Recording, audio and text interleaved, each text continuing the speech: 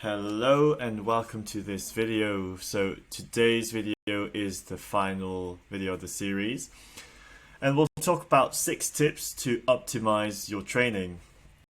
So essentially this is how to put everything together so you can fly off and make the most of your training.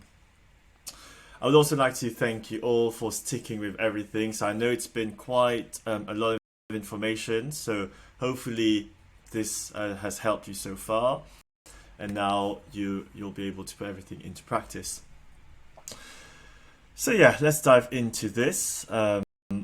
6 tips to optimize your training. Number 1,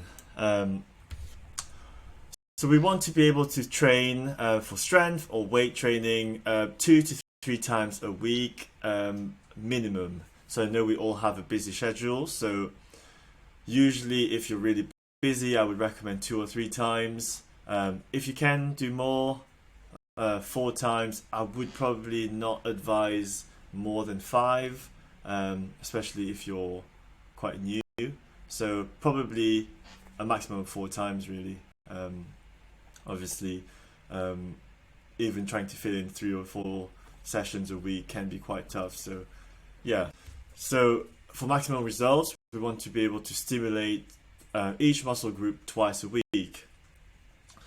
So if you're training twice, we want to do 2 full body workouts. So essentially hit every muscles in each session. And if you're training more than twice, so let's say 3 sessions a week, that's when you can start to break it down into body parts. So you can do an upper body session and then a lower body session for the second. And then for the third, you can do a full body, and this is everything hit twice. And similar sort of concept, if you are training 4 times a week, that's when you can split it differently, where you can do an upper body, a lower body, and then another upper body, and then another lower body. So that's when you can see we hit everything twice. Or you can do upper body once, lower body twice, and then full body once. Hopefully you're still with me on this. So it can be a bit confusing, but essentially that's to show you that there is no right or wrong way of training. So there are sort of guidance, but it's not a one size fits all. So let's say 1 week you can only do 2 sessions. You can go on to this one here, so 2 full bodies, and then the next week you feel like you can fit 3, you can switch on to this one. So you get to focus a little bit more on certain areas in each session. We also really want to focus on incremental improvement, so slowly improve. It doesn't actually mean that you need to lift heavier every session, but at least feeling like you're improving your technique, improving your tempo, improving the speed, improving so that mind to muscle connection. So it's all about that incremental improvement, and I want you to enjoy that feeling of getting stronger and feeling of empowerment. So this will be key in that sort of adherence and enjoyment. And lastly, remember that you only need a maximum of an hour, so you don't need to spend hours and hours in the gym. 6 to 8 exercises, that's what I usually prescribe, and then if you want you can add sort of an ab finish at the end, just to round everything off. Next point, learn the foundation and build on this. So it's quite interesting. So I have all my clients in a foundation phase, especially if they're just starting, where we learn to master the moves, and then we'll later move on to the more advanced stuff, which is so like barbell squats and deadlifts, barbell deadlifts, for example. Remember that advanced skills is the basics mastered. The gym is that weird place where people just walk in and go straight for the advanced skills, like a barbell squat. We don't see this in any other sports. For example, let's say football.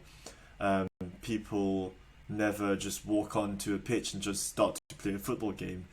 We learn how to shoot, how to pass the ball, how to run with the ball, and once everything is sort of all the techniques are mastered, that's when we put everything together, and the gym shouldn't be any different. So learn the foundation and then build on this. Point number 3, stick to the basic movements. So there is no need to include fancy sort of exciting moves such as sort of a lunge and passing the weight behind your back or under your legs, and then press and then moving, throwing it in the air.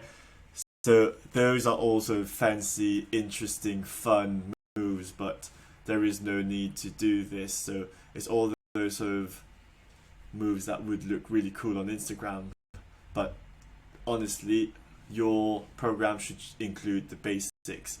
So it doesn't mean that we only need to stick to one move every time, but there are different variations of each move. So I've listed the 6 basic movement pattern that we want to include in every program.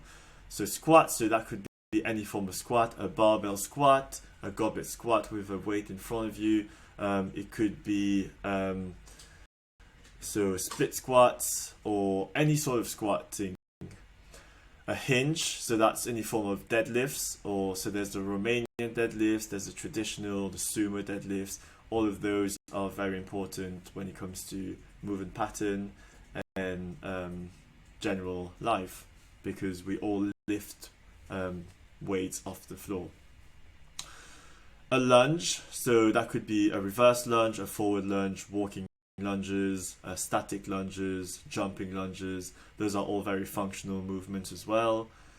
A push, which so push-ups, overhead press mostly for the shoulders, or bench press either with the barbell or the dumbbells.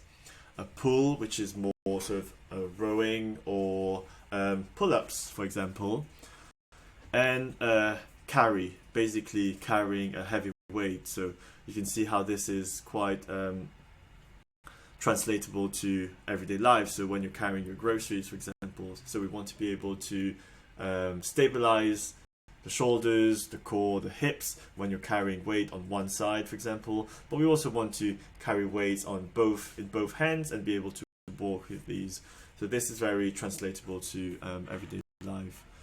Remember, we want to get better in the gym so that we get better at life. So it's not just about improving in the gym just to be better in the gym. It's all about being better at life. Next, number 4, don't stress about missing a day or two. So even if you miss a week, it doesn't really matter in the grand scheme of things. So this can be through injury, illness, especially during that COVID-19 period with self-isolation as well. Loads of people tend to miss a week or a couple of days of training, and loads of my clients have stressed about it, but it's about understanding that this progress isn't lost. But this can also be missing it through holidays.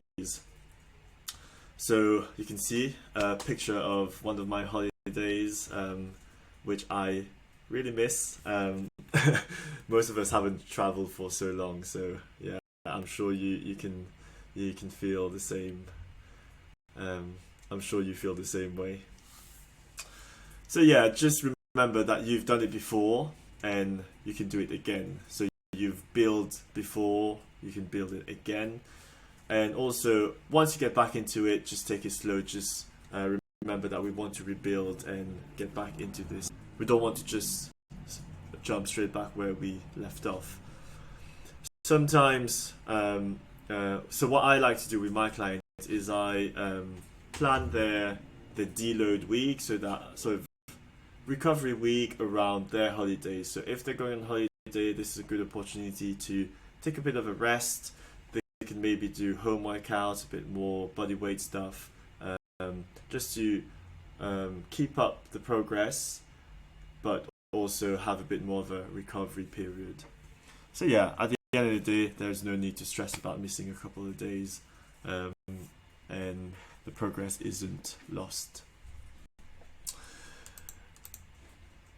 And the last 2 points, So number 5, don't hesitate to ask for help and invest in yourself.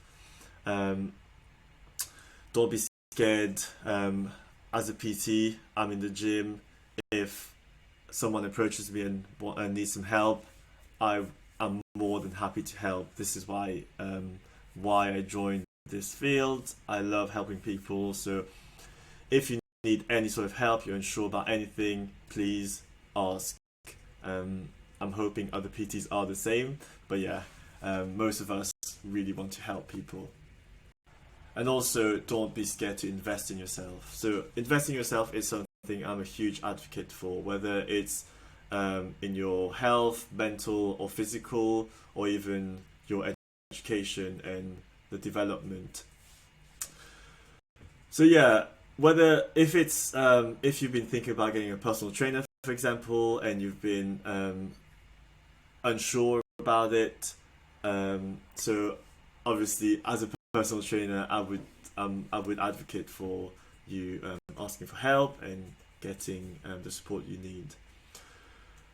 And last one, work on making it a habit and focus on aggregate of marginal gain. So I know that sounds a few fancy words there. So obviously we want to work on habits, so making it a routine and ensuring that because this is about putting a vote in for the identity you're working towards. So if you're working towards being someone who doesn't miss a workout, who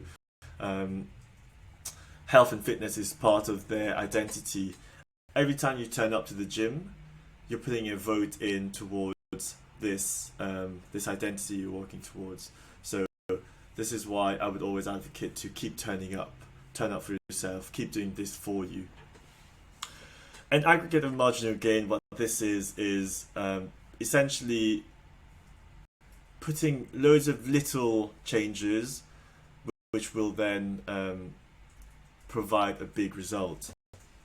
For example, if you do loads of little things 1% better, or you've improved loads of little things by 1%, you will find that the result is huge. So why do we want to do this? It's not hard to change things by 1%.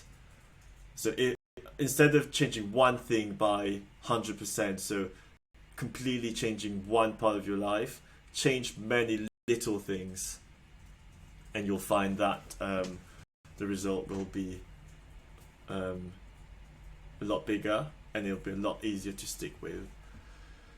So yeah, so those are the 6 biggest tips I have for you.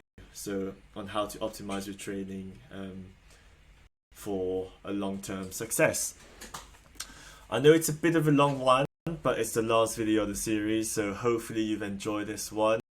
And if there's any of those points that you want to discuss a bit further, please let me know. I'd be more than happy to help you. And if you do want to work with me, don't hesitate to click on the button at the end of this email and yeah, let me know, and I'll be more than happy to help you out.